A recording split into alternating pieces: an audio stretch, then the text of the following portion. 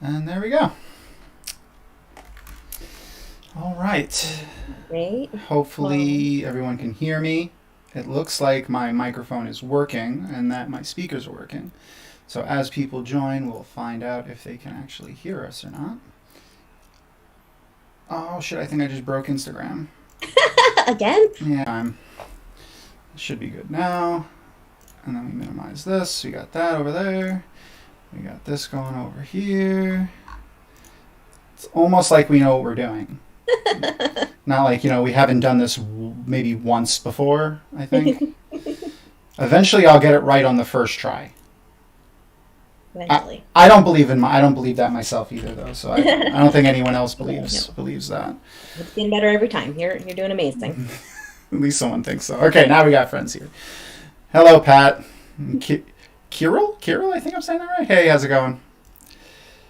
Sorry about dropping the stream and then coming back in. I kind of messed it up there. We'll wait as people come in, then we'll get started. What are you doing today, Maureen? You got plans with the family? Yep, I'm skipping out on everything. Smart, Yeah, I know. smart. It's like, sorry, I don't want to do family today. Yeah, yeah. Oh, Jeff's like, what they do to my boy Loyal? I feel you, man. I feel you. I'm worried. Well, I'm we'll worried talk about. about that in a minute. Yeah, I'm worried about Loyal too. Hey, But everybody. no, why should you be worried? Because He's fine. I know. I hope he's fine. I'm still No, worried. Rafe has said he's fine. Rafe's. Oh, in the Q&A. Right. All right. Yeah, there's been That's a right. couple of places he said Yeah. Loyal's fine. Loyal's okay.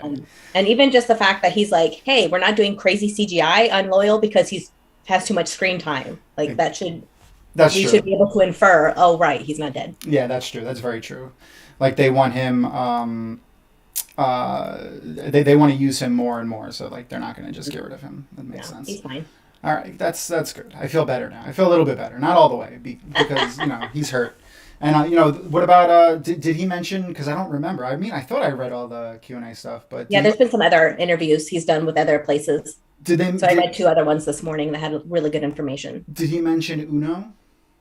Uno's fine because they cast him for season two. Yeah, that's what I thought. Okay, Mhm. Yeah. good, So good. Yakota is dead, and Amalisa's dead, and pretty sure Algomar's dead. I Yeah, was kind of on the fence with Algomar. me Like we didn't too. see him die. I think there might be a chance, but Yeah, like when they had like no bot, like we saw him get stabbed, but mm, no dead body. yeah, Always has me a little like I don't yeah, know. exactly. Like Yeah, when Amalisa was holding so much of the power and it wasn't going anywhere, I wonder if she kind of reached out with some healing. that's that's some distance healing right there. Got the that much of the power going through Yeah, her. yeah. I mean, I guess so. She had all of Nynaeve and all of Egwene, plus the other two Mm-hmm. women and herself. So, Mm-hmm. yeah. All right, okay, okay. We'll see. Yeah. So if he's dead, I understand. If he's not dead, I can see they go that direction. But Fair enough. All right. So we got a couple of friends in here now. How's everyone doing today? Let's give us a shout out in chat. Let us know how you're doing. Um, so do you want to start at the beginning? I yeah, guess. first we're Dragonmount. Thanks Yeah. for joining us. Oh yeah, right. Here. Kitty's not here to remind me. I'm gonna be the kitty. Kitty today. So thanks for joining us. We are super excited to talk about the season finale. Me personally, I adored it. I know we're going to run into some issues, and I'm really curious to see how everybody's looking at these same scenes because there's so many different ways we can see it. But I adored it from start to finish. So I think I'm going to be in the minority here, but that's okay. I'm totally open to other interpretations. I so hey Sharon, Keith, Mark, how you guys doing? I enjoyed it. I enjoyed the entire season. I enjoyed this episode. I do think these last two episodes were the weakest episodes. Mm, Though there's, they filmed these two episodes after they came back from the COVID yeah. catastrophe, so and then, they had to come back and reshoot and rewrite everything that from Matt having to leave. Yes. And from I know it's not as impactful, but Ingtar also the character that they had playing Ingtar also left. I think I might have a picture of him somewhere. I'll see if I can find it. Okay. I thought it was Yakota. I thought he was Ingtar, and then they changed him to Yakota when they found out he They wasn't did, coming back. they did, Okay. but they had to do re-edits of Mm-hmm. all because like when he walked up in the hallway, he introduced Yeah, you're like himself as Ingtar. Lord Ingtar. Yeah. Yeah. So they had to do all kinds of re-editing and stuff like Mm-hmm. that to compensate for that. So Yeah, that costs money. All that stuff costs money and time. So definitely. I get it. I get it. I'm just there's a couple of things that I didn't like, and I hope that uh, it's expanded on later. Hmm. Specifically the way the blight looked, but we'll get to the Yeah. blight when we get there. I guess Yeah. we could just go through the episode. Yeah. Hey Absolutely. Ryan, how's it going? Merry Christmas, Happy Holidays if you don't celebrate Christmas. I myself am a Yule celebrator. So everyone have a blessed Yule. Mm. So 3,000 years ago, we'll start at the beginning.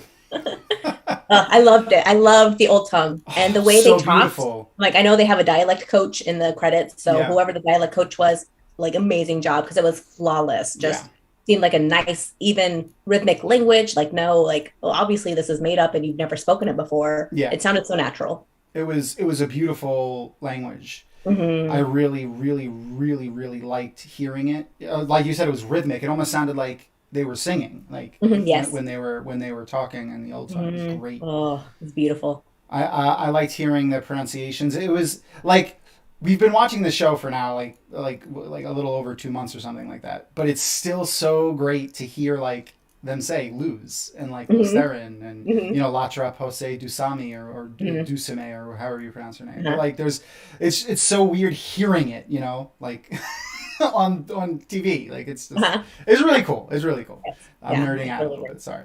Mhm. Um, uh, so the Dragon Reborn, Interesting choice there. yeah, for Lutheran, for those who don't know what I'm talking about, Latra, who was kind of the leader of the female Aes Sedai uh, sect, like because they kind of had different. So in the book, we'll go over real quick. In the book canon, the at this point there had been a war going on for over 100 years. They drilled into the bore. Mirren or Lanfear drilled into the bore, and for about I think it was just under 100 years, they didn't know what was going on. Mhm. Like people were descending into madness. The Dark One's touch was on the world. There were people started committing atrocities and stuff like that, and then the war started. Uh, the chosen or the forsaken, declared themselves, and there was an all-out war between forces of the shadow, humans and non-humans, and the forces of light. And at the point where they would have been at if they were going by the book canon in the beginning of this episode, the war would have been going on for some time. Mhm. And that doesn't seem like what was going on. Yeah, at the same time, whenever there's a war, the rich section of town is fine. That's fair. You see that in the movie Children of Men. The whole world is falling apart, but that central part of London where you have to go through the gate, people are walking through the park, everything's fine and normal, they're having dinner. Like, I think that there can still be a war raging. And this, the seat of power, this rich place is just so protected Yeah, from the that's realities of it. that's fair. I mean, there weren't really any rich people in the Age of Legends for book canon. Like there wasn't poor people. Like the money wasn't a thing. The Mhm. social status and economic status was all granted by your ability to contribute to society. So there wasn't really rich and poor in the book canon of Age of Legends. I'm not saying it could be in the show. I Yeah, just maybe want to rich is a good word. Maybe like the privileged ones. yeah, or maybe this is just an untouched city. Like it's like this city looks like it's the Mountains of Mist. So because of the shot that we got, and I'll show it in a second. Mhm. I have it up on my screen, so I'm just gonna kind of share my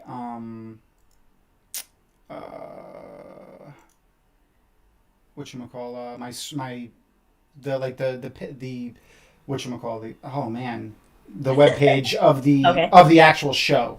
Uh-huh. So it's covering our faces right now, so Okay. they can't see us. They could just see the thing. So this shot, if someone wants to go and look, I'll make a picture later. But this shot, which is Maureen, I'm showing the actual shot of out the window from the Age of Okay. Legends, is where we see in the first episode where they show like these pillars of stone that Mm. kind of are reminiscent of skyscrapers. 100% is this. Oh, cool. Specifically, this skyscraper right here, this one with like this weird,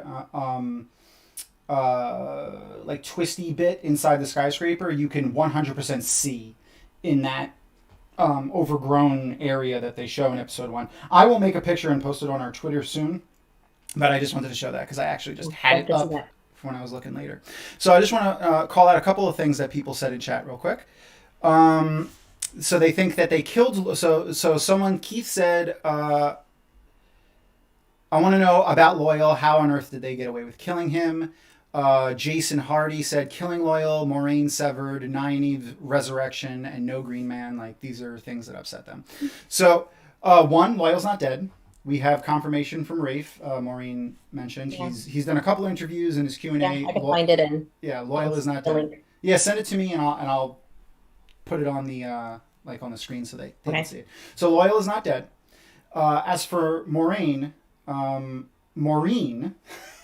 will see. Let me know what you think. Okay. So Maureen is either just has a shield made of Sidene, so she can't sense it. That is really powerful because Ishmael put it there, and is tied off. Yeah. Or that plus, you know how Mogideon at the end of the series puts that really powerful shield on Galena that will like never dissipate, and it just allows her to like channel like a trickle of the power. Oh, like, right. Yeah. I think it could be something like that too. So honestly, I really do think that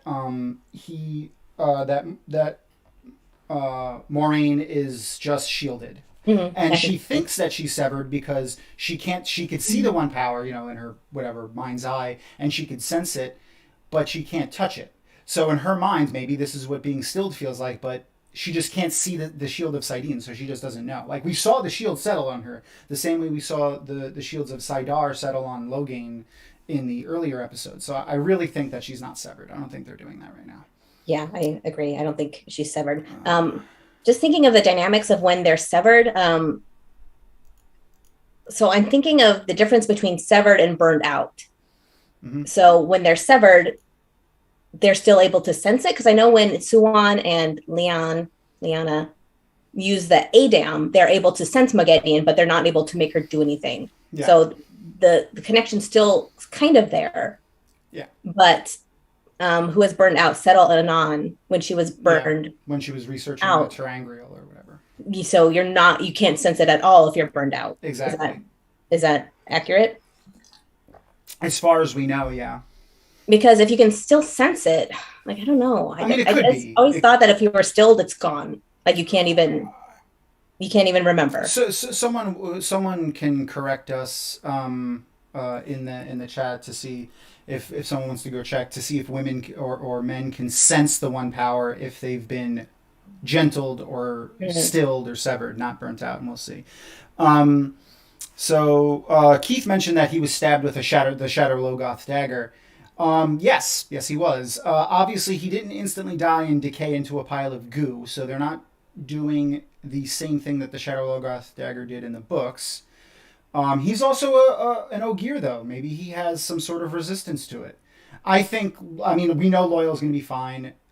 So because he's, Rafe has said that he's still alive. So I think they'll heal him pretty easily.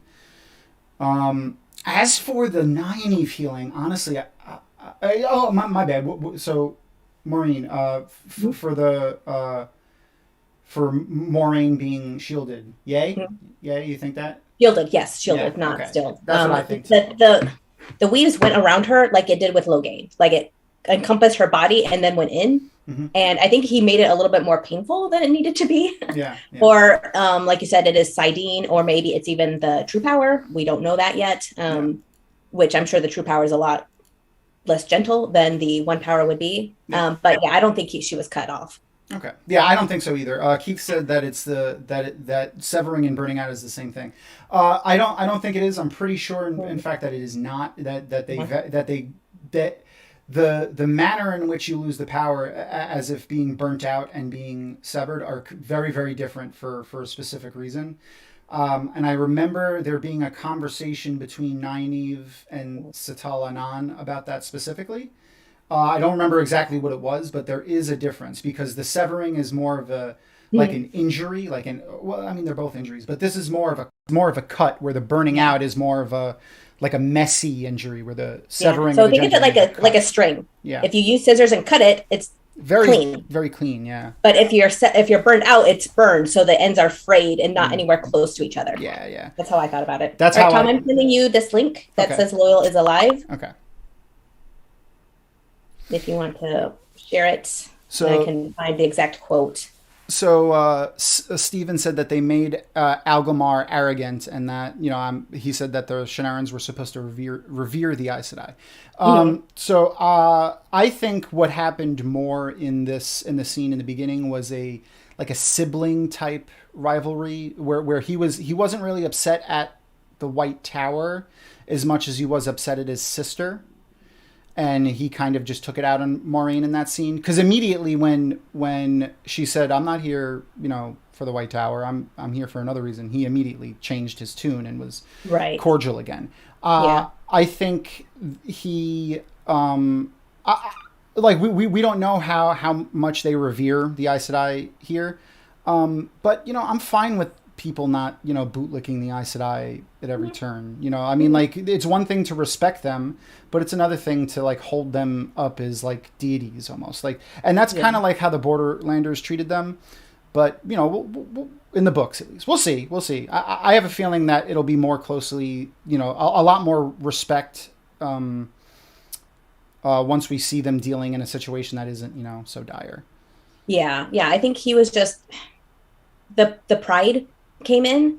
He wanted to make sure that he was the one that saved Faldara, and his bloodline is the one that saved Faldara, and the Aes Sedai, he didn't want to give the credit. I agree. It's not a really Borderlands. Yeah, Shannaran is specifically I feel like if Algomar from the books was sitting there, he would have been like, "Oh, absolutely, whatever you want, Aes Sedai." Right? Yeah, because in the books he did. He begged her, "Hey, your power would save 1,000 of my men. Please come." And she's like, "No, I can't."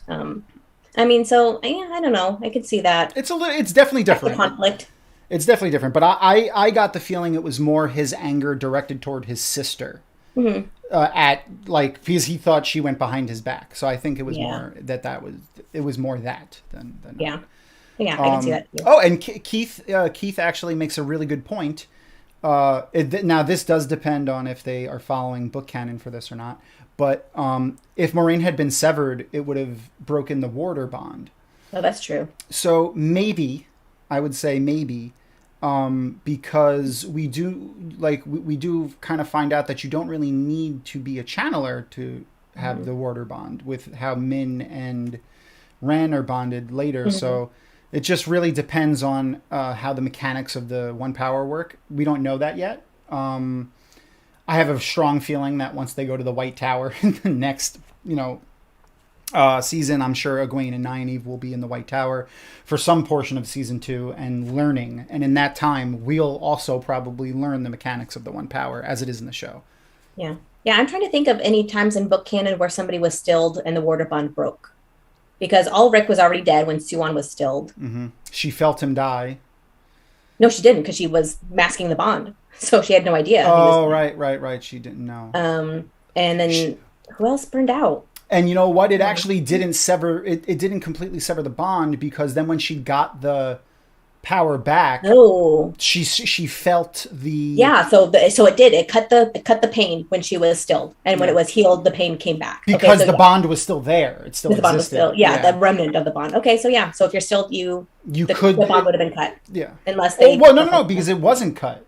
Because when so Lance, it was masked prior to that, so maybe So maybe they don't know. Yeah, it's iffy. I still don't think she was severed.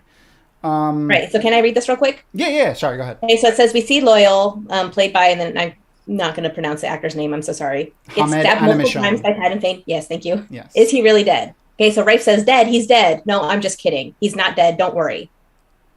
I adore Hammond. He's still in Prague shooting. Okay, so Loyal's alive. Loyal's on set. Loyal's shooting the scenes right now. So hopefully that alleviates some of our stress. Yeah.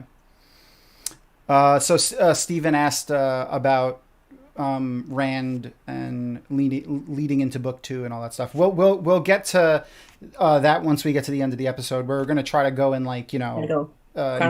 Chronologically. I was like timeline order. There's a word for that. Thank you.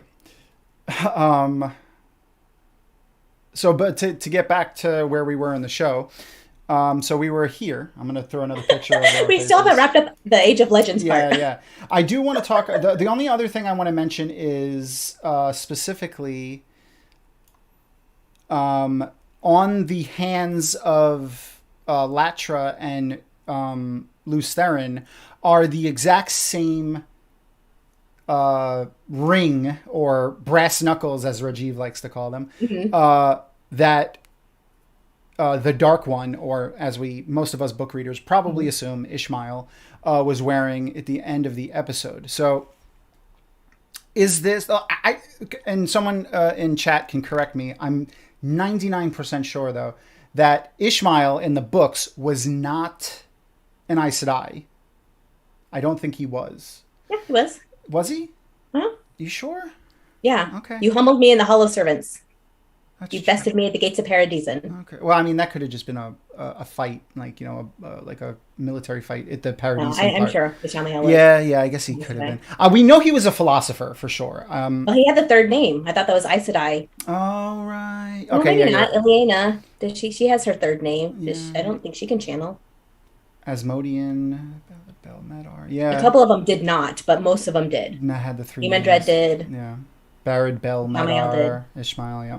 Okay, all right. So even if he was an eyesight, it doesn't matter. Okay. So that goes along with that ring or brass knuckles that they were Mhm. wearing is maybe the symbol of Aes Sedai from the Age of Legends. That's possible. Or maybe it's a terangrial or a sangreal or an angreal that is given to Aes Sedai Mhm. to perform, you know, their duties Yeah. and stuff. Something to increase focus, even Yeah, I mean, because Ishamael had a habit of focusing on it when he channeled. yeah, yeah. I mean, it did look like he was channeling through that, and he Yeah. every time he channeled, he was like, it looked like he was like you know, like moving his fingers around it and touching Hmm. it more. Hmm. So I definitely think that has some significance with the one power, either a terangrial, a sangreal, or an angreal. Yeah.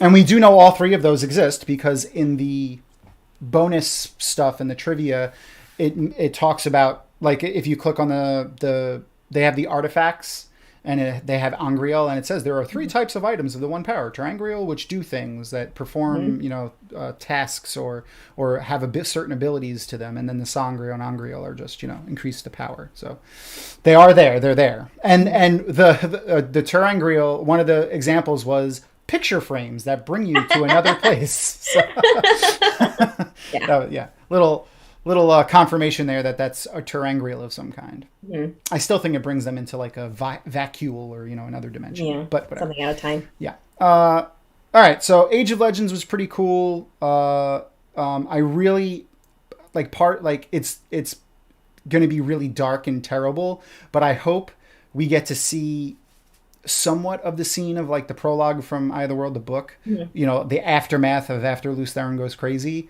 Mhm. and we're back in that nursery again, where Yeah. we see like, Oh, you yeah. know, like And see the dead baby. No, I don't want to see a dead baby. To be perfectly honest, I'm good without that. I'd be good with a charred ruin of a crib. Be good Oh, with okay. that. I'd be good with that. We don't need body. We don't need the body, I think. Did we just say we don't believe anyone's dead until we see their bodies? That's fair. That's fair. I did say that. All right, let's see. What do we got? What do we got? So where do we go from there? We go right. Oh, just real quick, I want to Oh, point sorry. out Yeah, go ahead. about the scene in the Age of Legends. They gave us the ending to the whole series. So memory of light spoilers. Like Lews Therin says, if women help us, we win. And that's exactly the ending. So I Yeah. like that they're giving that to us now as kind of like just a throwaway line that like we don't care because Lews Therin went crazy and killed everyone and doomed the world. But like that's going to be there, and it's going to be good foreshadowing. Yeah. In another couple series. And you know what? Oh, my bad. Sorry, my brain is like going like 10 miles an hour right now. I'm like falling behind. I 100%. I like that they did that. And it's something I wanted to mention too, is that what a lot of people don't understand and don't know, and actually, Brandon echoed this in the street when he for those that didn't tune into that, Brandon Sanderson, who is a very prolific author in his own right, but also finished the Wheel of Time series for Robert Jordan after he passed away. He did a live yesterday with Matt Hatch at the Dusty Wheel, where they watched the episode live and like they had running commentary. And I feel so validated right now because Brandon said the exact same thing that I've been saying for like forever, is that basically when Robert Jordan wrote he gave me like something that he said was a little bit more in depth than I knew, but that's because obviously he knows more than I do. When Robert Jordan was originally pitching the first book, The Eye of the World, he pitched it as the first 3 books, but as one book. So very different than what we got. But also he didn't fully flesh out anything, like every people's backstories, the magic system in general, which is why there's a huge amount of inconsistencies between how the One Power works and some of the things that people do with the One Power in book 1 and then in all the rest of the books. Yeah. Like one easy thing specifically is Moiraine growing in size. Like people were like, oh, she just used Mastiff Mirror. No, she didn't. She actually grew in the book. She made herself bigger. She walked over the walls of Barillon and like she made herself big, which is never done again. That's never done again because they can't do that with the One Power. Yeah. So there's all kinds of little inconsistencies. That's just one with the One Power from book 1 to book 2 and with the story itself, with the entire story. So this idea of balance, which is where I was going, what you just mentioned, Maureen, was never really touched on in these first couple of books because he didn't have that idea. He started dribbling it in throughout the rest of the series. From about book 3 on, there was little dribbles of, men and women channeling with the One Power is always the best and blah, blah, blah, blah, and balance, and you can't have one without the other. Like there was a little bit of that in there, but in the first book it wasn't there. So the showrunners now have the gift of the entire story being fleshed out and them being able to write a new story knowing all of the stuff prior to it. So that's what I think a lot of that is coming into, and I do like that. I do like that. For us book readers, we see where we can kind of have an idea of where that's leading to, but it's good for people that haven't read the books because now they're like they are building off of that foreshadowing now, which I like. Yeah, and that's fantastic, and why it was such a better idea to complete it or start a TV show once the book was completed, as of Game of Thrones, where they did it and they ran out of source material, and then it's like, oh, we got to scramble to come up with a solution.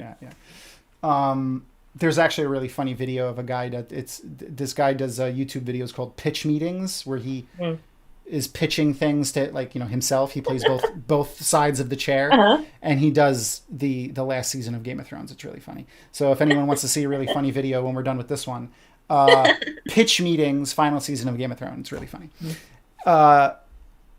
So let's go back to chat, see what people are talking about over here. We'll get back to Rand later. There's no explanation of Tel'aran'rhiod.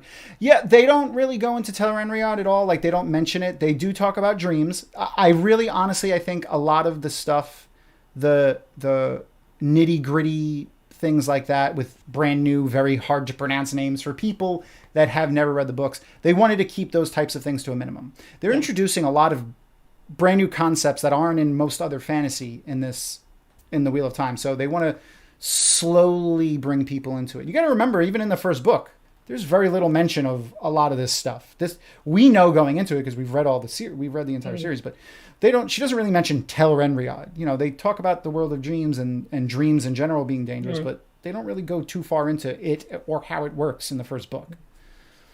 Yeah, I'm even surprised they said the word Quaindiar there at the end. Yeah, me too. Like Hearthstone would have worked just as well. Yeah. So Stephen actually just asked, why can't they fly? It seems that it would be easy with channeling. They do talk about in the Age of Legends in the books.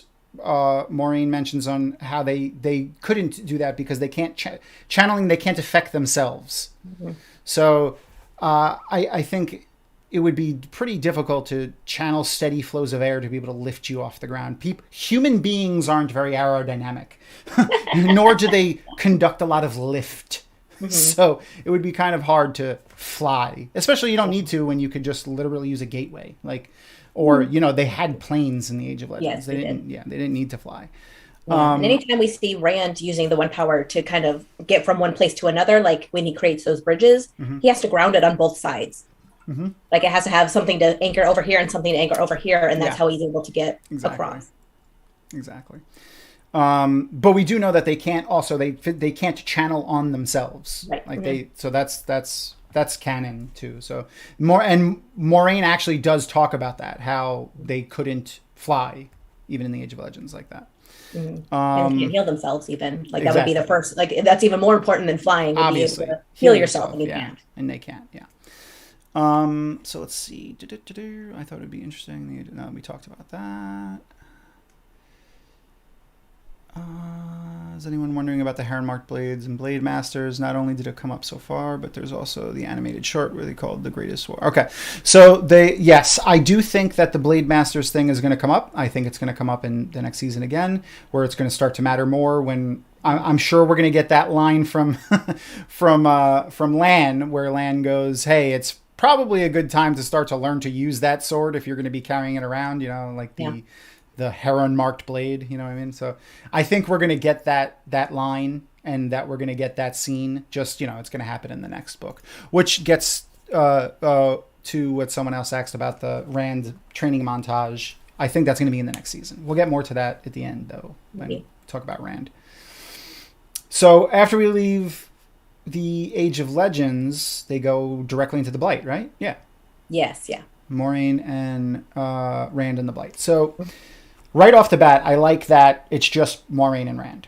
Because honestly, in the book, Perrin, Matt, Egwene, and Lan were all useless. Like Nynaeve was it too. Oh, Nynaeve too. Yeah, my bad. They served no purpose in the Blight, in at the Eye of the World. They literally just got in the way.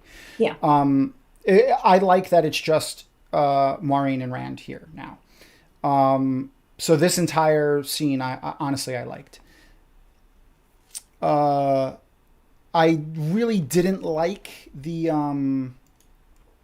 Blight at first. The way that it, you know, with the Rajiv pointed out, they do look like mangrove trees, all kind of gnarled and grown together, except without the trunks. And same thing I said. Also, again, I feel validated again, because literally the first thing Brandon Sanderson said when that scene popped up was, "How are they marching hundreds of thousands of Trollocs through there?" It's literally he said, "Come on, Rafe." That's what he said. Literally, 100%. That's what Brandon said. It was hilarious. I was like, validation. Yes. But yeah, no, I mean, there could be other pathways. Maybe somehow the Blight is in tune with the Trollocs or something, and it, you know, they can, it widens. Yeah, it moves out of the way for that. Or maybe with the fades, they have some sort of control over the Blight. You know, I mean, it's not, that wouldn't be canon, but like, well, it wouldn't be book canon, but whatever, who cares? It's the Blight. It's already not book canon. So yeah, it doesn't need to be book canon. Like, as long as it's interesting and cool, I don't care. Yes, it makes sense. Like that's one of the things I really like, is when the logistics of the world make sense. Yeah. So right now I'm able to suspend my disbelief. Like I'm fine waiting. Exactly. So I don't have any issues with this. But if it continues and we don't get an explanation, that's when it starts to bother me. Yeah, me too. Like, we have to remember, this show isn't over yet. They're not going to explain every little minute detail right off the bat. We'll get that stuff as the series goes. They've confirmed season 2. They're already filming it. There's the rumors that seasons 3 and 4 are also confirmed. They haven't initially said those yet, but I think the rumors are more soft announcements. But we'll see on that for sure. But I mean, we have confirmation now. Rafe posted that the Wheel of Time is Amazon's #1 release for most views of any show ever. That's awesome. It's been #1 in the country for multiple weeks now, beating Hawkeye, The Witcher. So that's fantastic. So I definitely think that they're going to have multiple seasons. And they also said specifically that they want to do not 14 seasons, but cover all 14 books and the prequel. So I definitely think we're going to get it. I hope so. Yeah, it would be cool if we got more episodes per season. Steven mentioned. I don't know if they will. You know, I honestly, I think 8 is enough, depending on, like, for book 1, it would have been better if we had more episodes to set up a little bit more of the story. But I think for the future seasons, I think 8 is enough, depending on, you know, how much, because you're going to remember, they might not do an entire book per season. They could do more. They could do less. There's a lot of stuff in a lot of those books that doesn't necessarily need to be there or be as long as they were in the books. But back to the Blight real quick. I wanted to. I liked it better once we got in it, like seeing that overgrown body of that Shannaren boy. She said probably just a young soldier, like with the mushrooms growing out of his face and stuff. Gross. I did like that. That was pretty cool. It was a little. It was a little reminiscent to the Dead Marshes in Lord of the Rings. Like it made me think of that scene when when Frodo and Sam and Gollum are walking through the Dead Marshes. But I liked that more. I hope we see more of the Blight and it's more. I don't want to say book accurate because it doesn't. I don't care about book accuracy. It's more just the like trees that have ichor oozing out of them and like the weird cephalopod thing that was living in the lake outside of Malkir. Just so it doesn't have to be those things, just other things that are just creepy and weird and makes you not want to be there. I just want to see a little bit more expansion on the Blight. Yeah, I agree. Yeah. Yeah, and once they were actually in it, I like the oppressive feel. Like it was dark in there and it was creepy and it was, not just that endless desert and sand. So I like that feeling. Definitely, 100%. Sorry, I need the coffee to make the brain do the things. So the dream. Obviously now we could talk about, so spoilers for the books, I guess a little bit. Obviously the person that's the dark one it's obviously Ishmael, right? Obviously Ishmael. Obviously. Or Ishmael or Ishmael. Ishmael? Ishmael, yeah. I always say it wrong. I always say the biblical one.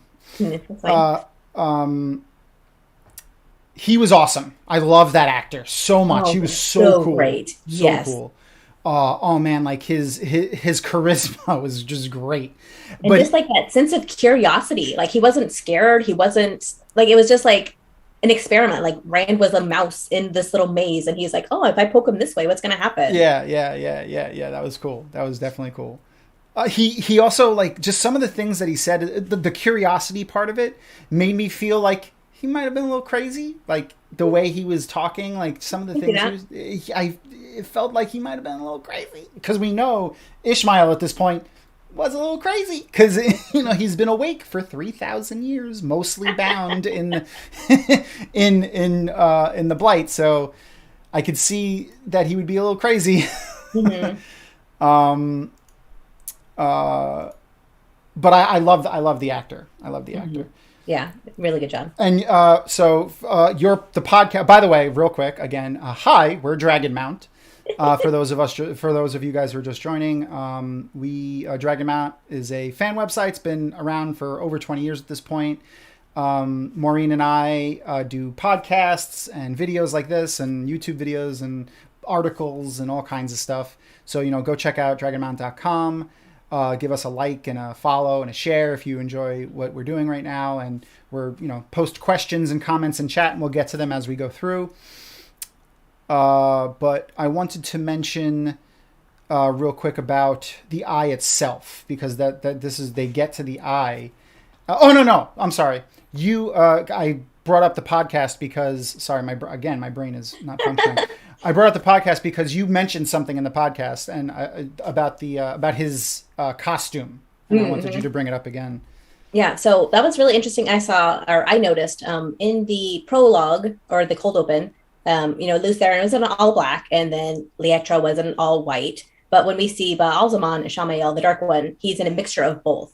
And his coat looks almost exactly identical to Luz Theron's, minus the dragon pin. And his shirt is almost identical to what Lietra was wearing.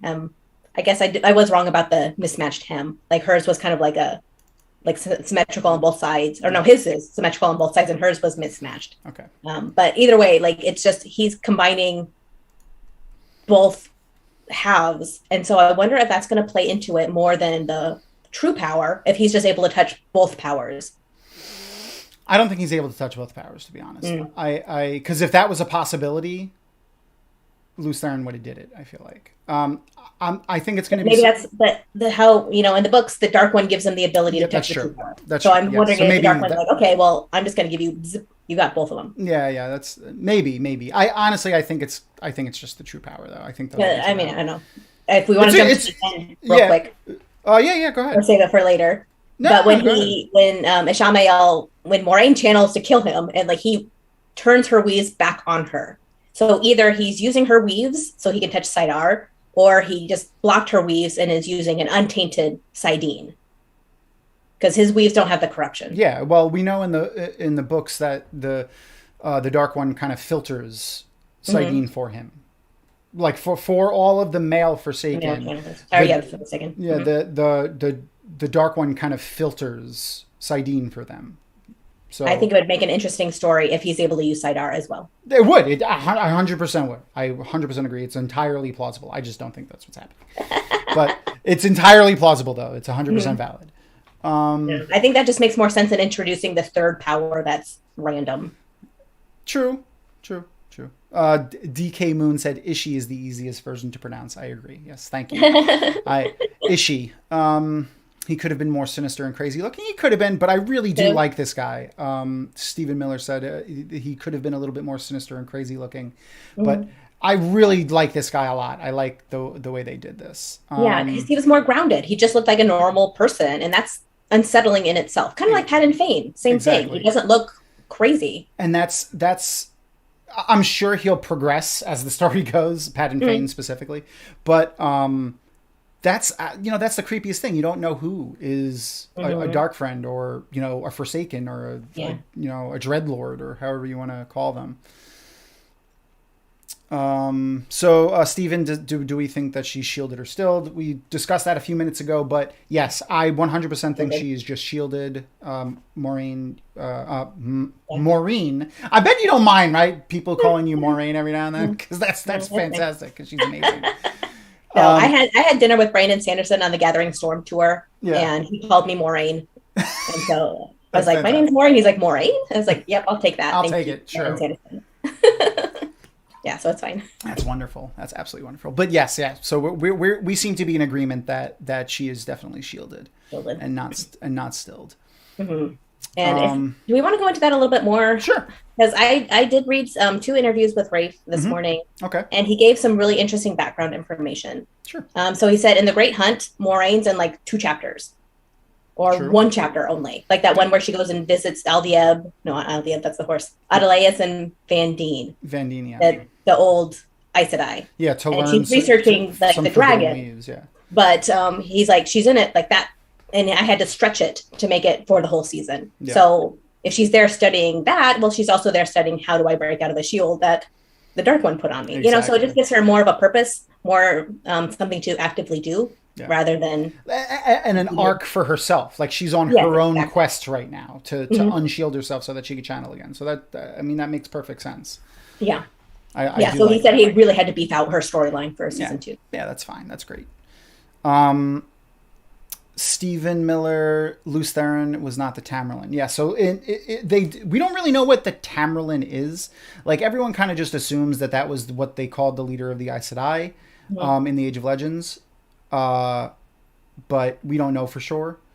And he might have been at one point, just not currently. That's what I was going to say. I 100% think that at some point prior to the scene that we got in the beginning of the show here, he was the Tamerlane, and either he stepped down to become the dragon, like to take over the actual leading of the armies and fighting out in the world, or maybe he was removed as Tamerlane once there was the split between the male channelers and the female channelers in the Aes Sedai. So that's possible. Still could be either way. Or, maybe he was just never the Tamerlane, whatever. Yeah, in this telling, maybe not. Yeah, I mean, like, he doesn't need to be, like, everything, ever, Lews Therin. Like, it was a little unbelievable that he was just the best at everything, the best looking, the best, the smartest, like he doesn't need to be all of that in one person. You know what I mean? Like, even Rand isn't that. Like, he is the Dragon Reborn. He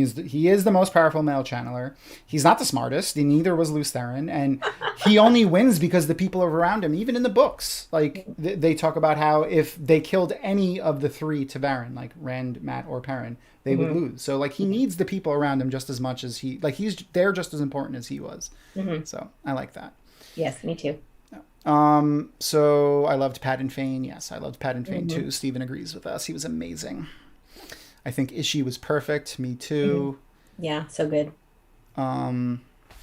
Yeah, I'm really looking forward to Lanfear versus Moraine. Like I think we're going to get a really interesting standoff with Moraine and the Forsaken, because in the book she kills like a number of them. Yeah. So Aluz, I don't know how to pronounce your name. Sorry. A dude. So one person said that they ruined Rand's big moment, showcasing the Dragon Horn's power, and instead gave it to Egwene and Nynaeve. So now I'm thinking that they mean when Rand does the lightning and kills all the Trollocs, and instead, first of all, Amalisa did that, not Egwene and Nynaeve.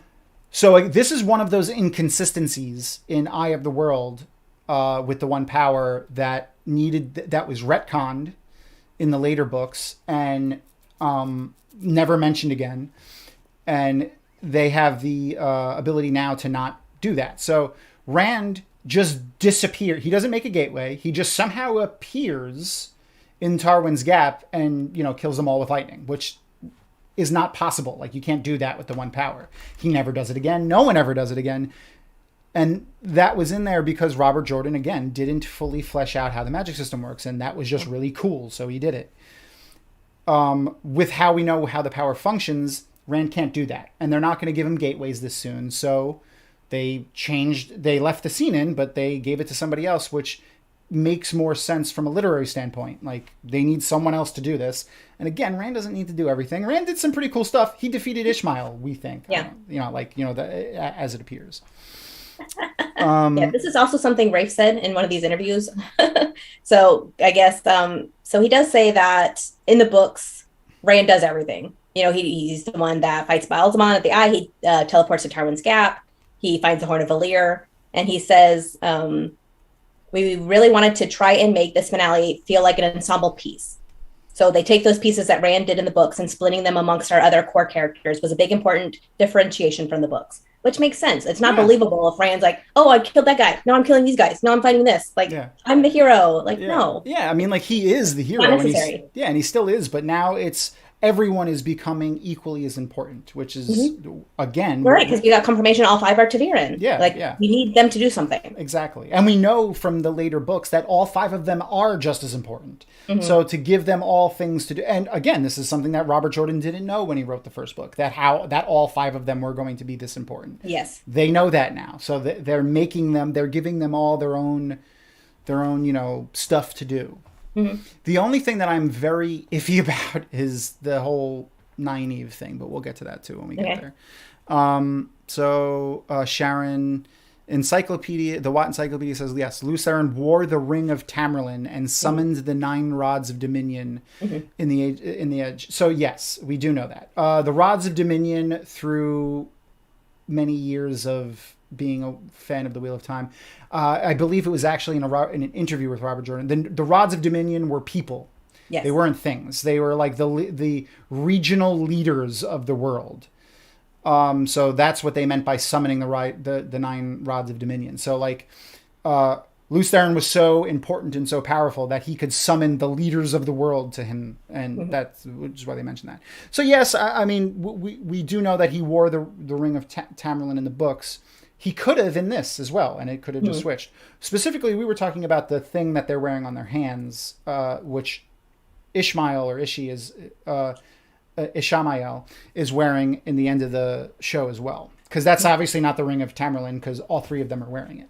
Right. Yeah, and I think that's just there as foreshadowing, because if you're a non-book reader and you really think he's the Dark One, and then later on you find out he's not, we're like, what? Where did that come from? And then if you watch it again and be like, oh, well, he's wearing the same clothes as them. He's got the same ring as them. Obviously, he's just somebody from the Age of Legends. Yep, exactly. So not noticeable on the first time, but after you watch it a couple times, then you don't feel so cheated. Like, oh, the signs are there. I just didn't see it. Exactly. Like breadcrumbs? Is that what you were saying, Tom? Yeah, breadcrumbs, yeah.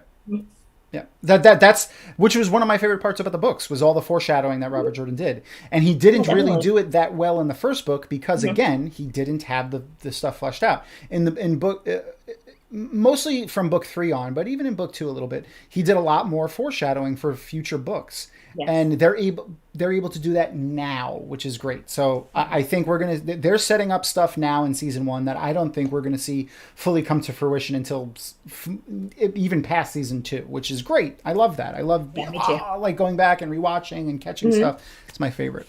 Matthew mentioned that, they didn't develop Rand's character because they wanted to keep up the mystery of who the dragon was. Definitely. Exactly correct.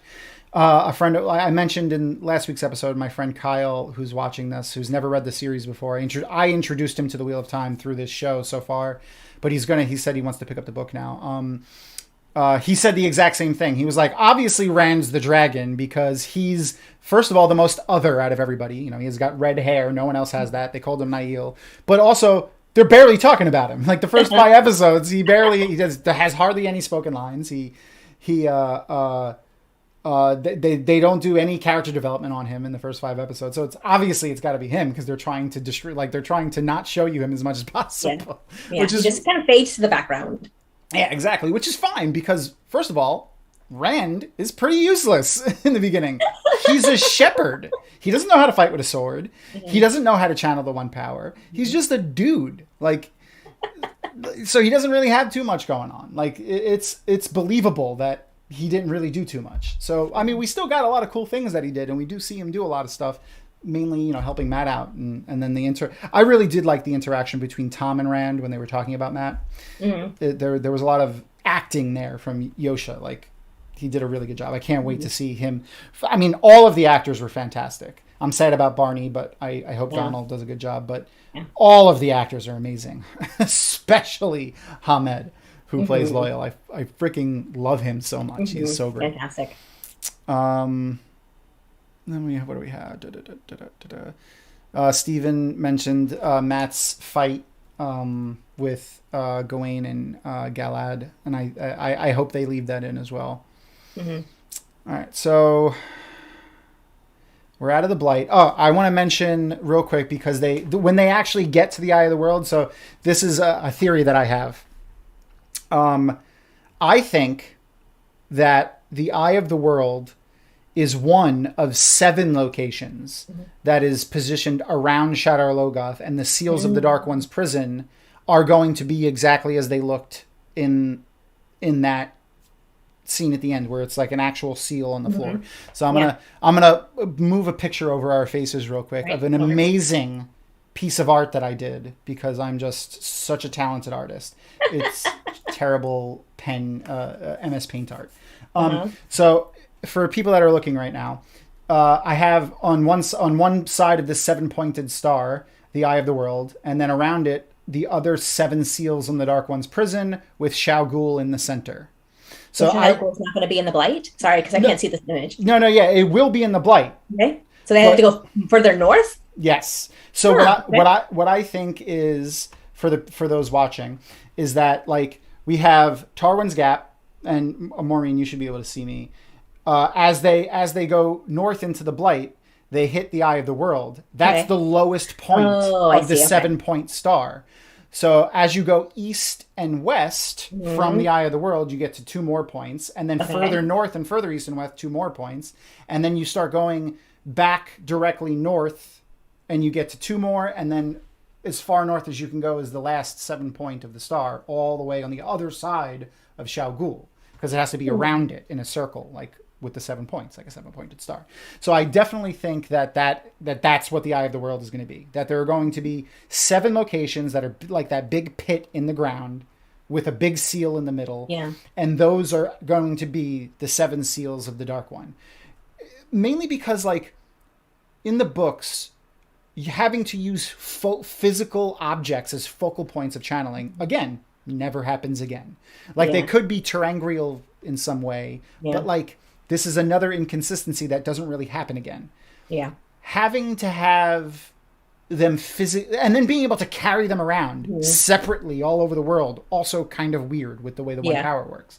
You would think they need to be near each other or near the Dark One's prison. Right. But no, you can carry them anywhere you want. You could bring them into the ways. You could bring them into, very weird, personally. Yeah, if they're chains, you want them to be as strong as possible, so they need to be on specific points to orchestrate that. Yeah. and like, you know, to incorporate, you know, magic symbols and stuff like that. And, you know, 7 is a very spiritually and magically charged number in mythology, as well as a 7-pointed star. So like this would make sense if they were the 7 spokes of the wheel and the 7 ages. Exactly. So, I mean, that's it. Perfect. I definitely think that that's what this is going to be. I think that this is going to be, we're going to find out that there are 7 more seals like that around there. Yeah. Now they could make them be able to, you know, make the other ones different, but I think that this is what it's going to be. Well, and if they were constructed in the Age of Legends, the breaking could have moved them slightly. That's true. They could be in different locations now because of the Breaking the World. Absolutely. That's a great... So I'm thinking there's going to be one in like Tyr, and there's going to be one in Felmain, there's going to be one in like all the major places we go. Maybe Rudian. Yeah, definitely. You know, all over the place. Mm-hmm. Yeah, that's weird, but that's interesting. I like that idea. Yeah, because like if you had the disc, you could literally just go into that traveling world, but like the skimming world that they go into before they know how to make gateways, and just drop it. And now the dark one can never break out because you're never going to break the seal. So there's a lot of things that it's just like, come on. So this makes a lot more sense. And I hope it's something like that. It doesn't have to be my theory, but you know, it would be cool if it was, and I was right. Anyway, let's see what we got going on. Will they find some of the seals already shattered? Possibly. Depends on if we get enough seasons or not. Yeah. I guess if they got to squeeze everything in the last season, I bet they'd be like, oh, there's the last 3 ones were already broken. Yeah, or something like that. Yeah. Yeah, like if they need to rush it along, they were like, oh no, they broke already. Yeah, I could see that. I don't know, like maybe they're looking for the seal, looking for it, go in the room and it's broken, and then like a big thing happens. Maybe. I think it's more likely that they do it on camera, unless they have to rush it, like you said. Yeah, and that's going to be like the season finale of each season. It's just like, oh, we got one more seal. Yeah. That and another Forsaken probably for the first couple of seasons. It's going to be like seal, new Forsaken for the first couple seasons, and then all of a sudden it's going to like exponentially explode and get crazier. Because that's kind of like it was in the books. For the first few books, it was like a new Forsaken. Let's see, what do we got? It'd probably make for a good shot for last season. Seeing all the seals, yeah, that would be cool if they did that.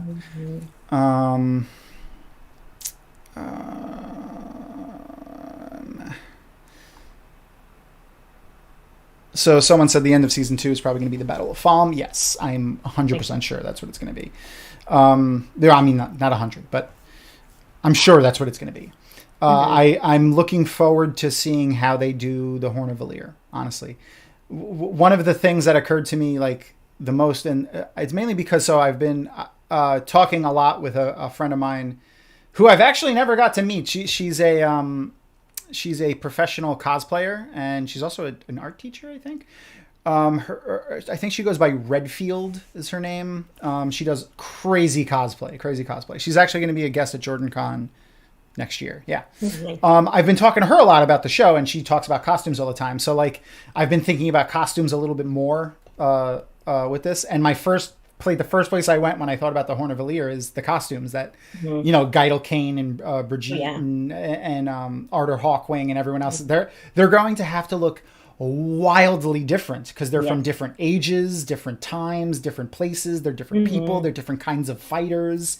Yeah. Like I'm really interested to see how they do that. I'm really, really interested. I just want to see crazy, like what I'm picturing in my head is kind of like a D&D group, you know, like Arthur Hawkwing is like the paladin looking guy because he's probably wearing like a full set of armor with a sword, you know, because he was like a field general like in the Westlands, like in Ranland, where I'm picturing Geidel Kane, he's got two-handed swords on his back. I'm picturing him like a barbarian. Yeah. Like, you know, minimal leather armor, lots of exposed muscles and stuff like that. Then Brigitte, like, you know, a ranger or even maybe a rogue, you know, very light armor, if any, with, you know, the bow and loose fitting clothes and stuff like that. So I'm really looking forward to the costuming on the Heroes of the Horn.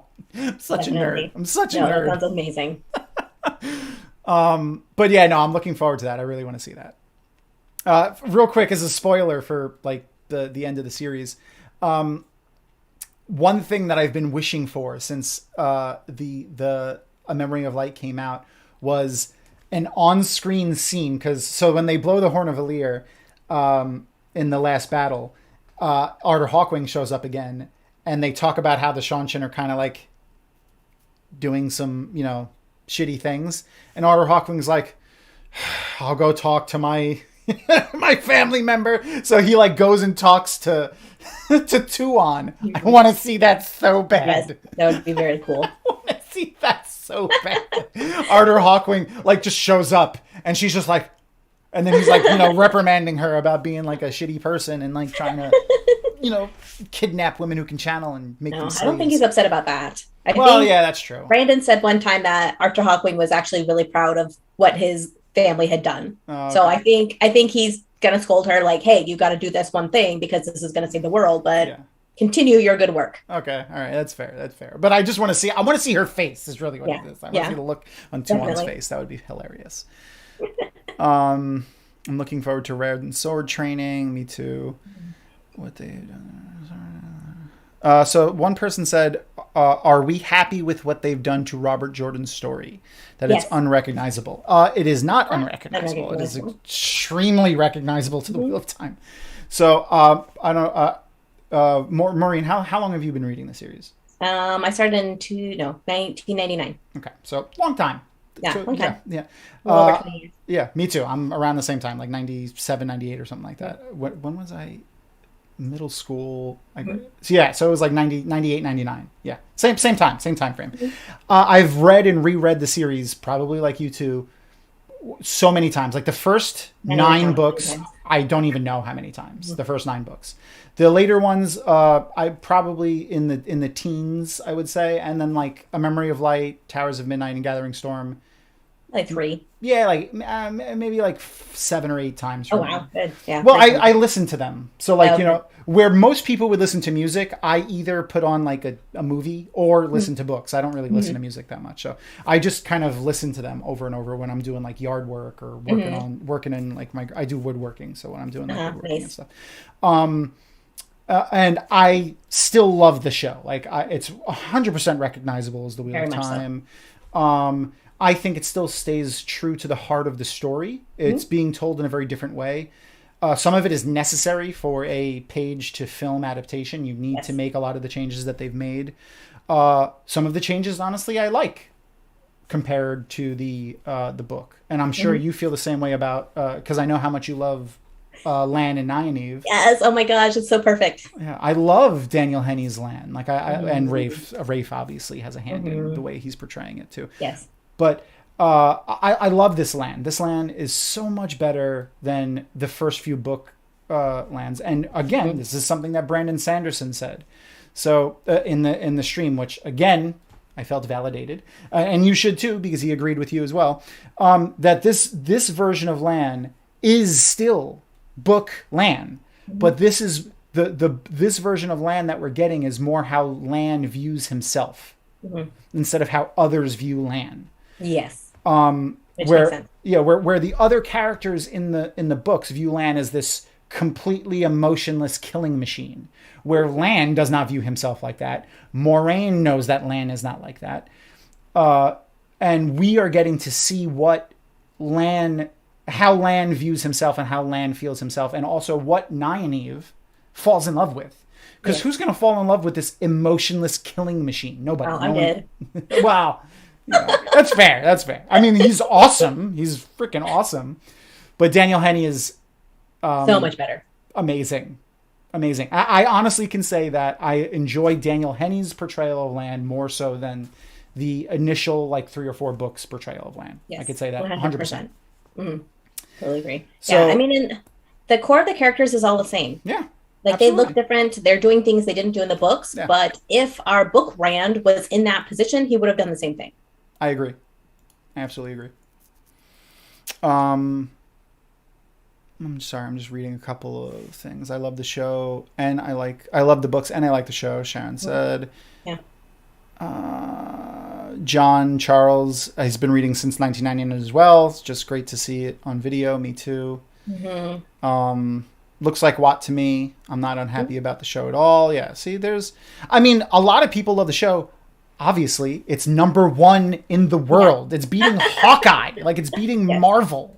So, like, a lot of people like it. Are there changes? Yeah. Am I thrilled about all the changes? Not really. But, like, whatever. Like, the stuff that we're getting is still good, and it makes sense. Yes. That's what I like. Sense. The stuff that doesn't make sense yet, I'm sure they will expand upon in the future seasons. I'm one of those people that likes to wait to see the entire thing because they're like this. They're not going to be able to explain everything right now. That's not what they want to do. This is being set up to be a huge multi-season show. They can't explain the entire thing in 8 episodes. That would be ridiculous. Yeah, and that doesn't keep the suspense going. I mean, for us who have read the books, it's nice to see something new because then it's like, oh, what's going to happen next? Exactly. But for non-book readers, like, you got to string them along somehow. Exactly. Real quick, because Kitty's not here to do it. Hello, for everyone that's just joining. My name is Tom, and this is Maureen. We both work at Dragonmount. We have Maureen does the podcast, also helps write for the website, as do I. And I have the Wheel of Time community show that I am a co-host of with the amazing Kitty, who couldn't join us today. She works late and only got to bed a few hours ago, so we're going to let her sleep in on Christmas Day. By the way, happy holidays, everybody. But if you like what you're watching, like, share, subscribe, make sure to hit that alert button on YouTube. And thanks for joining us. So Mike, I say that, Mike Pizzuti reminded, he said, I just jumped in. I'm like, oh, I should probably say who we are real quick. Have we talked about Matt yet? No, we haven't talked about Matt yet. He specifically said Matt maybe being a dark friend. I don't think he's going to be a dark friend. No. But I guess we could jump into that now because we pretty much covered most of the other stuff. We could jump because most of the last half of this episode was like back and forth and back and forth and back and forth. So we can do it in chunks so that we don't have to go back and forth. But so we'll talk about right now Matt, because there's very little bit of Matt. It's Ishmael mentioning some of you may turn to the dark, and then they show Barney Harris as Matt going into. What's up? Oh, it's Pat and Fane. Pat and Fane. Yeah, my bad. And Pat and Fane, Matt is walking into Tar Valon, right? Mm-hmm. That's where we agree that he's walking into Tar Valon? Yep. Yeah.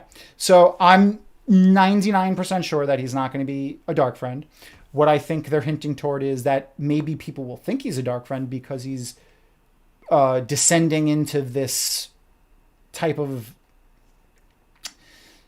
I don't want to say evil, but like he's getting dark, very dark, because he's being influenced by the dagger. Like he tries to kill Moiraine in the book. Yeah.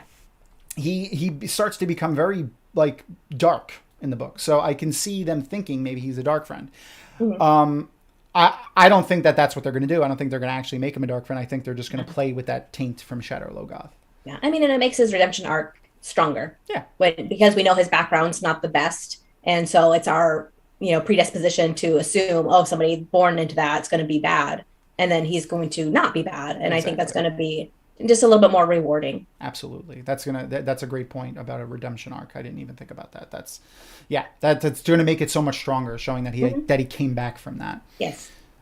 Yeah, so someone said that the actor Barney, who's playing Matt, was great, and sad to see him go. It is sad to see him go. Like I say all the time, I hope he's doing okay and his family's okay. I don't know why he left the show, but I hope it's nothing too bad. I hope he's okay. Mm-hmm. But I'm looking. I did look up Donald Flynn, which just sounds like a Wheel of Time name right off the bat. He seems pretty cool. Like he's got some chops, like some acting chops too. I looked up some of his stuff on YouTube. I'm interested to see what he could do. Back to where. So he was in Tar Valon, right? That's where he was looking. Yes. You see the White Tower. Yeah, because the White Tower's in the back. Mm-hmm. Okay, so. So he didn't chase after Fane. That was my guess, was that he was going to notice Fane stole the dagger, and he's going to be like, wait, I can feel that dagger and it's moving and it shouldn't be moving, and follow after. But I mean, if Barney left, there's not much they could do with that. So my prediction for Matt's storyline in the next season is going to be they're going to kind of combine healing Matt from the dagger scenes from book 3 and or the idea of healing Matt from the dagger, and book 2, because in book 2, Matt really doesn't do anything up until the end. Like they're chasing Pat and Fane along the world to Falm, to get the dagger back. But in that interceding time, he doesn't do anything. He's just mad at Rand, and him and Perrin kind of sulk about Rand getting too big for his britches. So to put him in the tower kind of makes sense, and they could still get him to Falm. Right, because he'll go with Egwene and Nynaeve. And Elaine, exactly. She's there. Exactly. That's exactly what I think is going to happen. I think that he'll spend time there. They'll talk about how they have to heal him. They'll probably heal him a little bit like Moraine did by making him a little bit better. But they'll be like, this isn't going to be permanent. It's going to happen again, and it's going to get worse, or I won't be able to do it again, or whatever reason. You have to go get the dagger so we can that we could fix it, and then that'll be why he, or maybe he'll either then go after the dagger, or when Egwene and Nynaeve and Elaine, and probably Min also, if they throw her in the mix, go to Falme, and Matt will probably feel like they need to go and protect them, so he'll go with them. So that's what. Oh, I hope so. I hope they get to that a lot sooner, because I think they will. Book 1 and 2, Matt was just such a jackass. Yeah, and he did nothing until he left Tarvalon and went to save Egwene. Yeah. I'm sorry, Elaine and Tyr. That he was like he put on this persona of hero, reluctant hero, and just shined. Well, sorry, go ahead. I don't know what that word is. Oh, so he just like shine. Shine. Shining. He was shining. He was shining. There we go. He was shiny.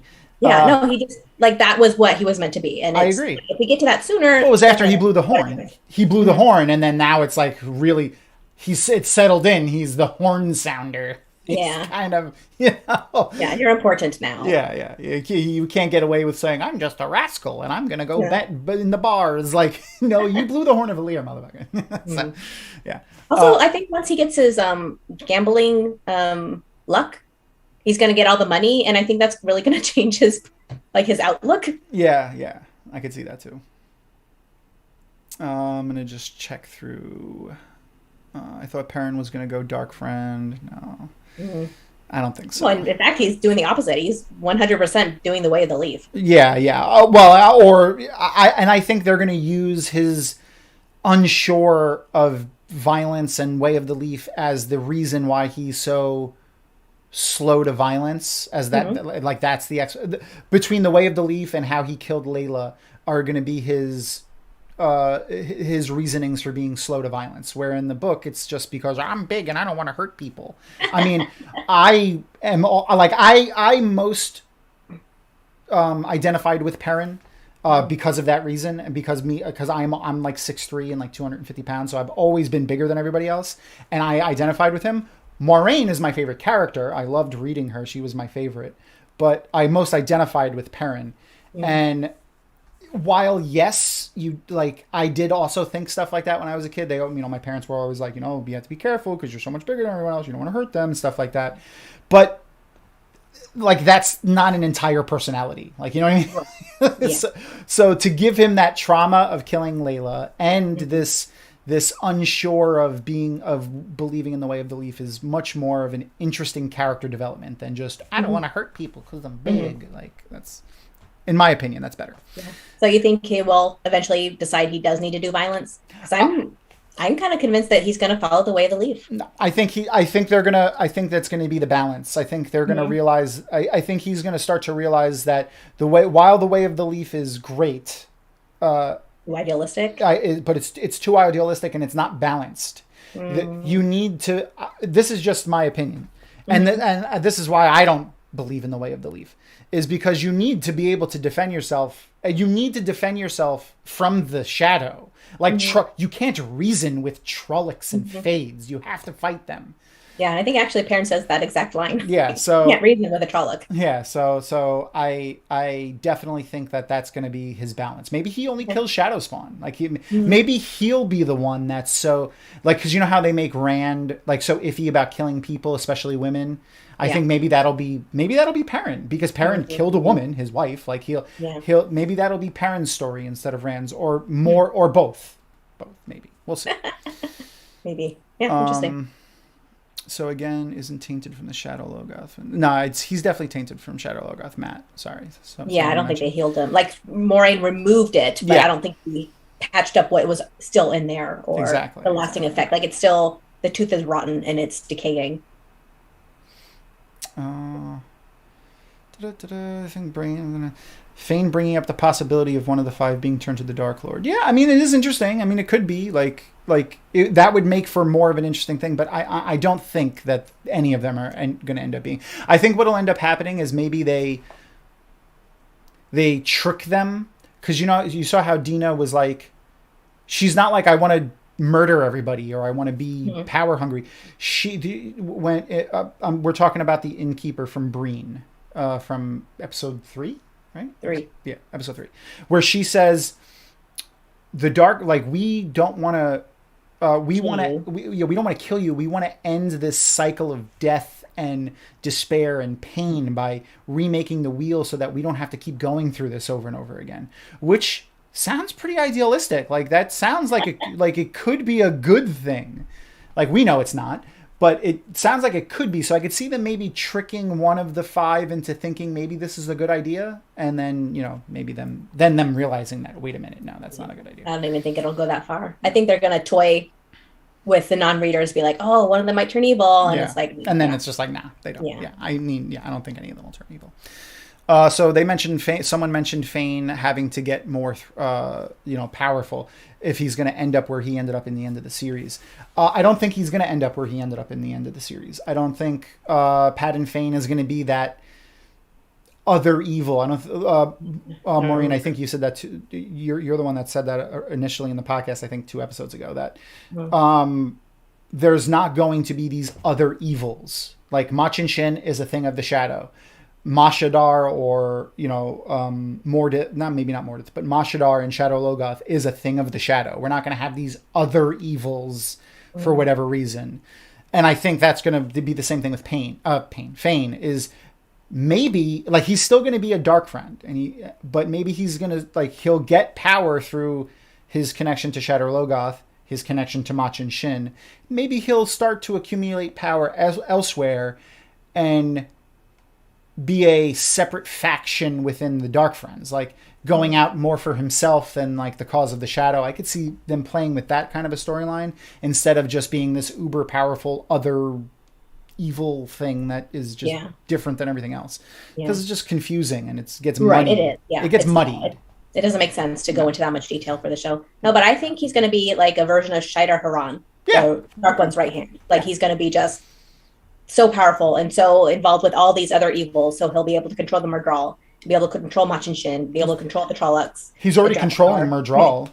Yeah, definitely. Yeah. So I think he's been controlling them since before the series started. Like he's the one that brought them to. So he's like not even human. He's not even a person. He's just twisted. Yeah, he's twisted by the shadow like they do in the books, but differently. And then he's touched by Machin Shin, touched by Mashadar. So he's gonna have. I don't think he's gonna channel, but I think he's gonna have some weird abilities. Mm-hmm. Yeah. And the Forsaken will probably also not like him because they'd be like, oh, he's a person of this age, so he's just he's an idiot just by default because he's not from the Age of Legends. He can't channel. So the women will be like, but he's a man. So it's gonna. I really think it's gonna be there's gonna be like the Padden Fane and his dark friends and the Forsaken and their people, and there's probably gonna be like those. And then the Forsaken vying with each other, which is usually the theme with the Shadow, is that they're all kind of against each other. Right. Mm-hmm. So I think that's what they're going to do. In the book, it's already been corrupted. Yeah, we know that. Do we think that there will be more concrete reason for Matt's luck than there was in the books? Marasu asks. I don't know. I think it's just going to be. I think everyone's going to have their own little thing. Like the Tavarin from the Two Rivers, Perrin is a wolf brother. I think Matt's will just be luck. Like he's going to just be very lucky. I think that they'll get into that. Rand is the dragon and he can channel. Obviously, Egwene and Nynaeve are really powerful channelers, but I think they'll both have their own little flavor that they are best at. Like. Nynaeve is obviously like an amazing healer. Egwene will have her own thing as well. If it's not just, becoming the Emerald seed at some point. Mm-hmm. If I'm remembering, Matt didn't need help from the tower since he had the dagger for too long. Maureen couldn't fix it. Yes, that is what we're saying, Sharon, that I think he's going to need the help.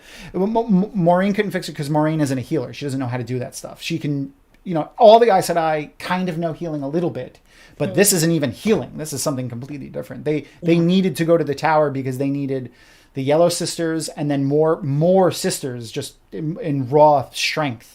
And that's Sa'angreal. What's it called? Sarah's? Not Sarah's. Something Sa'angreal. Yeah. They used a Sa'angreal in the White Tower. In addition, broad one. Yep. That Egwene uses at the end. What was it called though? Was it Sarah's? I don't remember. Sa'angreal? Someone look it up and let us know, and I'll give you a shout out again. Will Machin be changed by Fane? Possibly. Maybe. We do know that. Well, Fane does kind of control Machin a little bit in the books. Like he kind of directs him sometimes. Well, not really. Since they touched each other, Machin was attracted to Rand, which is why Rand wasn't using the ways. Oh, right. Yes, he did. He set it on to the Waygate like a hound. I think they do that. Every time Rand went to a Waygate, Machin was there. And it was because he was kind of connected to Rand after Machin touched Pat and Fane, so that could be there too, which will be a reason that Rand can't use the ways, because they need from a literary standpoint, they need a reason why Rand doesn't go in the ways. Yeah, because that would help a lot with traveling and all that shit. So that's the reason that Robert Jordan used in the books. I could see them using that again in the show. With the interview with Rafe, he hinted maybe that there would only be 8 Forsaken in the series. Yes, there are only... Did he say that? Yeah, he did in the interview. So there are only 8 Forsaken. I'm like almost 100% sure. Like they showed the statues of Forsaken. I think that was them telling us that there's only 8. I agree, but Jason is 100% certain there's 13. So Sentinel of Terra asked, with Moraine being stilled or shielded, will we still get the Tower of Genji stuff? I don't know if we're going to get Tower of Genji stuff. It's just another layer of something that isn't really as important to the series. Yeah, but she's got to send Lanfear through that Terangreal. Yes. I mean,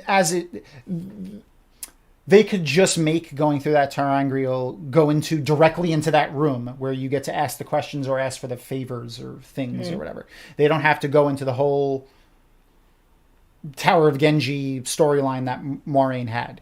She's gonna be gone for 3 seasons and then come back. I don't think they're gonna do that. No. Rosamund Pike is the A-list actor that they have for the show. They need her. Yeah, she's the main character. Yeah. We can say it. Yeah, absolutely. I don't think she's going to disappear for 5 seasons. Right. So that'll be like the season finale. She'll push Lanfear through the Terangreal, and then Lan's like, she's gone. And then the start of the next season will be like, or maybe let's put her out. Yeah, or that'll be the arc of the next season, or even the midpoint of the next season is them getting her back out. Or something. But I don't think she'd be gone more than an episode or 2. There's no way. Neither. I don't think so either. How do we think that this is Steven again. How do you think that we'll reintegrate Matt? Because he was supposed to travel with them. So we said that. I think that Matt is going to end up he's in Tar Valon now. We know that because that's what they showed in the thing. And I think he's just going to be going to Falme with Nynaeve and Egwene and Elaine and Min when Leandrin brings them there to give them to the Seanchan. I think Matt's going to go along with them. Yeah, and that makes sense. They can all get together. Yeah. Again, that way. Exactly. Do we think Maureen betrayed... someone said, I don't like that Maureen betrayed Matt. I don't think she betrayed Matt. To be honest, I think she betrayed the Aes Sedai by letting Rand go when he so obviously can channel. Even though he's the Dragon Reborn, just letting him leave. He's such a powerful channeler. And at this point, she thinks, we won. Like, it's over. And I'm just going to let this man who can channel so much of the One Power just leave, knowing he's eventually going to go crazy. Yeah. I don't think that was a good idea. No, I don't think she was in her right mind. Because that was the first thing that was like, Maureen would not do that. Yeah. Like, no way. So I think she was just, like, she can't touch the One Power. Like, something just happened with the Dark One. Like, she was just too overwhelmed. Yeah. But I think with Matt, I think she is not being mean to Matt, but making sure he's being held on to. Like, once the Red Sisters get him, he's in the tower. And we need him in the tower. It's a little rough to send the Red Sisters after. Yeah, but they're not going to be able to do anything. He can't That's, yeah, channel. he can channel, yeah, and she knows that now. So, but I think she did. Yeah, Yeah. I mean, yeah, it's kind of. I mean, an off chance he could, maybe it's best to double check because he is kind of leaning towards the shadow. But at the same time, like, okay, now he's safe in the tower. He's right where we need him to be to get him back into the story.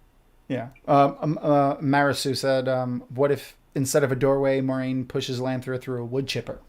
That would be, I mean, yeah. She, I guess, Lanfear doesn't really like, she is kind of a little annoying through us. She's just all, she's so, I don't know, just all about the loose theron nonsense with the, Her crazy obsession. yeah, I think it could, like, her arc could have been better, to be honest. Yeah, yeah. Hopefully they'll make it a little bit more rounded or Yeah.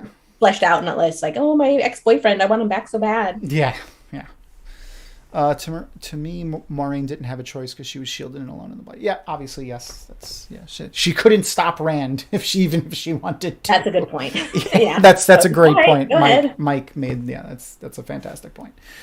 All right, so let's see. We got Perrin. We got they got the horn. Pat and Fane took the horn, so we obviously getting that. He has the dagger. We got that. We already covered. We don't think Loyal is dead. I mean, we know Loyal is not dead. Ingtar is not dead. We talked about Perrin. So the next part before we get into Rand and the end of the episode is, I'm not sure how I feel about this whole Nynaeve Egwene resurrecting her from the dead. Now I know, yeah, I know you're saying you don't think she you don't think she was dead, but Not dead. holy crap, man, she was pretty close to dead. that was pretty. Yeah. I mean, I guess they could just be like, oh well, she wasn't all the way dead. But that was rough. That was pretty rough. No, I've already seen the meme going around from, the Princess Bride, where Billy Crystal's that wizard guy. Yeah. He's like, he's only mostly dead. Only mostly dead. Exactly, yes. Only mostly dead. That was a great scene. Yeah, yeah. She's just a little crispy. You scrape off the burnt bits, and she's all right. Sorry, that was a cooking reference. John Charles said, "I thought channelers could not burn out in a circle." They can't. Book canon, they can't. We don't know if that's going to carry over to. Obviously, it did oh not. my God! Why Elno or Elni? I don't know. Said the Knights of Nynaeve. Sorry, that's going to be stuck in my head for a while. I'm just going to hear nee all day now. Book canon, no. If they are linked, they cannot be burnt out. But you had actually a good thought on that in the podcast.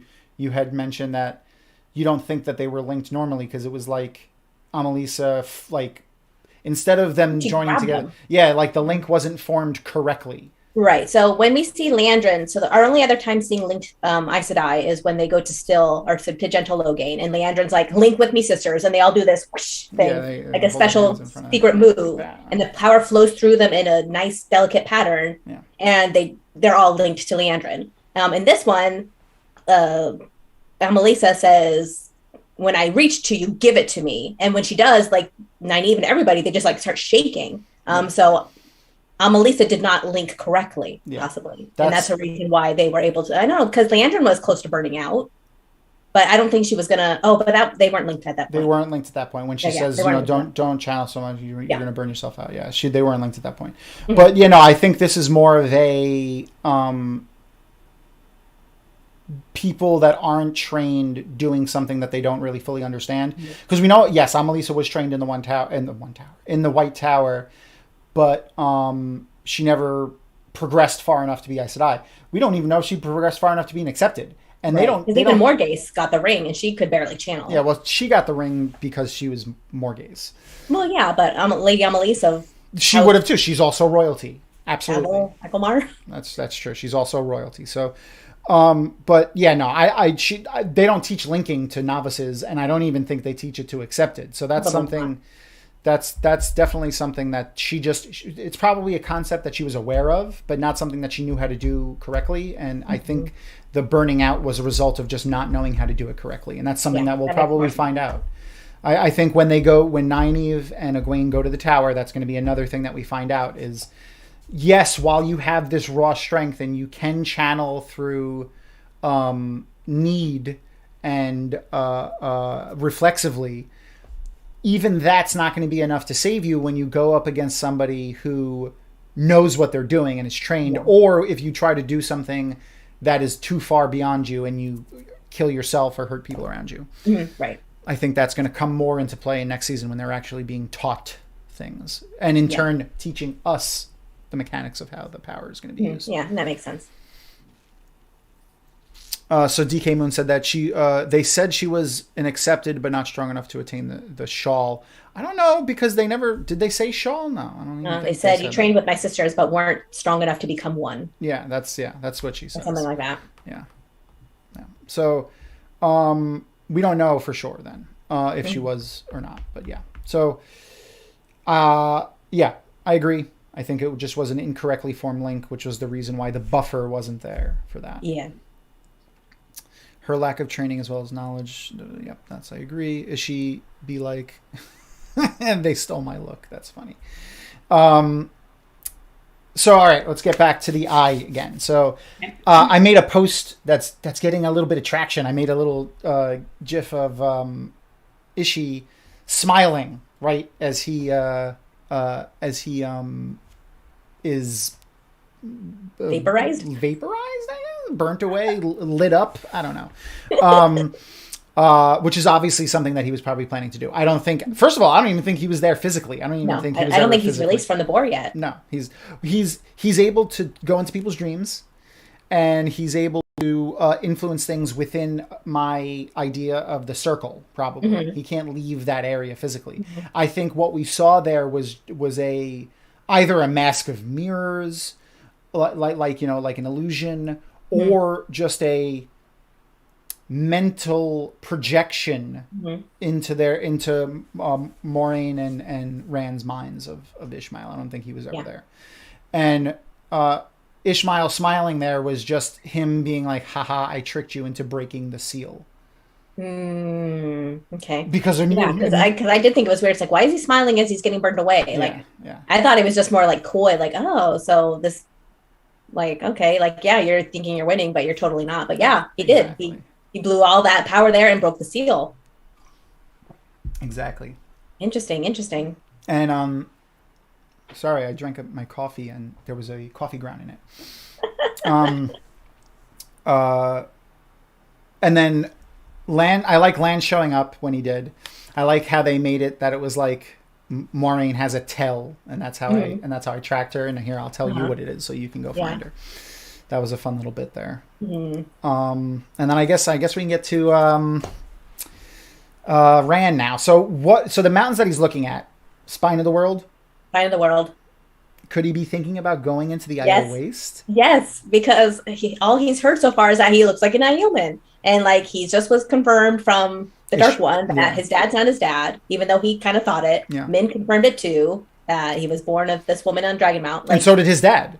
Yeah, like so did Tam.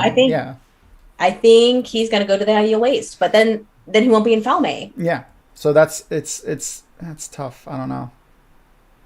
But that was not the same mountain range that Min was going down. No, it was a completely different mountain range. It looked, and we know that the Tarwin's Gap, the mountains that are near Tarwin's Gap, are part of the Spine of the World. Yes. So yeah, I don't know, man. Like if they're gonna send him into the waste now, that's very weird. Maybe he's just thinking about it, and then he'll end up back in Faldara. Go back. Yeah. Especially after he hears what happens. I'm sure there'll be rumors flying around. Yeah, I don't know. I'm trying to think if Perrin and the girls and Matt are the only ones at Falme, and Ishamael's not there, could they defeat the Shan-Chan without Rand? Because Matt's going to blow the dagger or blow the horn. Yeah, that's true. I mean, they don't need Rand there for the Shan-Chan. Yeah, and so if they don't put Ishamael there, they won't need Rand there. Yeah, so they'll split. When Rand fights Ishamael in the sky, which is another inconsistency from Book 2 that never happens again, everyone all over the world sees it. So he doesn't have to be in Falme for that to happen. They could be anywhere having that battle. Yeah. So maybe Moraine and Lan go to the Idle Waste with Rand, and then the others go to Falme? I don't know. I think he's going to end up in Falme, to be honest. You think so? Yeah, I think he's going to end up back in Faldara, and we're going to get the same kind of beginning. Well, maybe it's the attraction of Taviran to Taviran. If there's 4 Taviran, well, I guess 3 because Matt's not there. Yeah. Oh, no, wait, 4 because, 3 because Matt's not there. Yeah. Sorry, I'm a math teacher. Can you tell? Well, yeah. Well, also, maybe the attraction of those 3, and Rand's like, well, I want to go this way, but I can't. Yeah, but also, Rand's got to meet Elaine. And I'm sure she's going to be in the tower, so he's got to go to Thom. He's definitely going to Thom. This is what I love, though. This is what I love about the show, is they're doing things, and with as many times as we have read the books, I don't know what's going to happen. Right. This is great. I know, it's fantastic. Yeah, it's so great. Like, never in your life do you get to love something and then experience it for the first time again. Yes. I've said this before, but this is amazing that we get to experience. It's like experiencing Wheel of Time for the first time all over again, and it's I don't know what's going to happen, and that's fantastic. Yeah, and the speculation part is so amazing. I love it. Yeah, my favorite part. I'm on the edge of my seat, going, "How are they going to do this? And what are they going to do?" Every time I watch a new episode, and that's great. Mm-hmm. Yeah, that's my favorite part. Yeah, I agree. All right, so before we leave, if anyone has any last minute questions or things they want to say, throw them in chat, and we'll throw them against the wall, see what sticks. But I want to just say thanks everyone for coming and joining us on today of all days. Merry Christmas to those who celebrate, and Happy Holidays for everyone else. We are Dragonmount. My name is Tom. This is Maureen. Check out all of our content. We got podcasts and videos. Kitty, who's usually with us, does recipes, which is fun. She cooked honey cakes, and she does all kinds of stuff. She's a chef, by the way, and so is her husband. And another thing I want to announce right now is that Amazon gave us a special insider look at a new thing that they're going to be doing. And they let me be the person that's going to announce it. I'm not going to say what it is yet. I can't say it yet, but I did record a video, and it's getting approved now, and Dragonmount will post it soon on our social medias. So just watch our social medias. Could be later today or maybe next week, depends on with the holidays when everyone gets back to us. But there's going to be a new fun thing for the Wheel of Time that Amazon is doing, and they let us at Dragonmount be the ones who announce it first.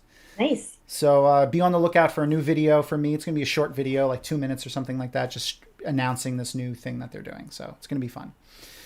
Let's see. Real fast. Elaine was cast. Yeah, we know that. The Shanchin. Yeah, real quick. Oh, duh, yeah. The Shanchin. Oh, my God. That was the best 60 seconds of the series. For real. Or the season, sorry. It was so amazing. I just opened up the picture of the Shanchin over our faces so the people can't see us anymore. They just see it's the deck of the Shanchin ship with the 2, I don't even know what, on the top of the ship. They have the weird cloaks with the shoulder pads and the crazy looking helmets, and then the 2 Damain and Suldam on the deck. Mm-hmm. Oh my God, that scene was so cool. It was just so cool. And now this next picture I'm going to open up is actually the shot of along the side of those ships where you see all the weaves going to the water. What this shows me is that, oh my God, they are not prepared. No one is prepared for the Shanchin. Mm-hmm. They are a huge threat. Just the sheer power and the organization behind the channeling that they're doing here. The Aes Sedai are not prepared to fight this. Mm-hmm. No one is prepared to fight this right now. It's going to be really interesting to see how they deal with them. Yeah, they're going to get their asses kicked. Oh yeah. Oh yeah. I really love the imagery here, though. The ships look amazing. They're so foreign from what we've seen. Mm-hmm. The armor, I'm gonna paint. Yeah, the tattoos or face paint. I'm zooming in on right now. Look really cool. The I think again that I'm zooming in on the Damain right now. So for those Maureen can't see what I'm doing, so I'm explaining it for her. I'm circling over the. It looks like they are wearing a collar. It's a little bit bigger than just a collar. Yeah, it looks like it's bigger than just like a neck thing. So it looks like it's just a. It doesn't look like it's. It's like part How do they get their dress off over that? I don't know. They can't. It's not a collar. It's who knows what they're gonna do. But the leash with the way the Adam was made, Robert Jordan even had to change it because it didn't work for later in the story. So I could see them just starting off from the beginning with it being different so that it works throughout the rest So of maybe the it's story. underneath that plate that they're wearing. I would accept that, but that plate can't possibly be, because then, all right, let's just bathe you in your dress and we'll dry you in your dress. Exactly. Because Well, I mean, they treat them like animals. They don't treat them like right. people. So I Yeah, can see but them prized doing that. animals. Yeah, My dog is pampered and given sweets That's and fair. clothes in her hair. Okay, that's fair. That's fair. I just zoomed in right now on the Suldam. We do see that the Suldam on it looks like their right arms have like a bracer or a cuff that is not also on their left arm. So I'm thinking that might also be part of the Adam. And that I'll accept. It still bothers me because it's so big, but yeah, that looks at least like it could be something removed or put on or whatnot. But yeah, also it's the imagery of someone being leashed is a little much. A little much. I can understand that. Yeah, a little much. I like if they go in this direction with it. Well, I'm fine without the typical. I mean, I did like that though. I don't know, what does it say about me? Like, I like it when they leash the Aes Sedai. Yeah, I won't kink shame. It's fine. But I don't like the muzzle. Like, I don't like the thing in their mouth. Yeah, it's weird. Because again, like they treat them like they're prized possessions. Yes, possessions, but prized possessions. And, yeah, but I mean, they do. And they talk to them, and you muzzle a dog. You put blinders on a horse. Like, not if it's a good dog. Good dogs don't get muzzles. That's fair. I don't know. We'll see. Yeah, we'll have to see. Well, again, thank you for everyone for joining with us, and I had a great time. And we'll see you guys. We'll post during the week. I'm not sure if we're going to be back next week since the show is over. Our plan is to do. We're still going to do these Saturday hangouts with everybody because I love talking to you guys, and I know Maureen enjoys this as well. We might have guests and do different things. If you guys have any desires of things you'd like to see us do on Saturdays, post them on our Twitter or Instagram. Let us know what you think. But we will still do this. I think next week we are still on. I will do next week, and we'll have more of a definite idea of what we're going to do for our future shows. Thanks everyone for joining us. I hope you have a great holiday, and we'll see you next time. Hey, bye.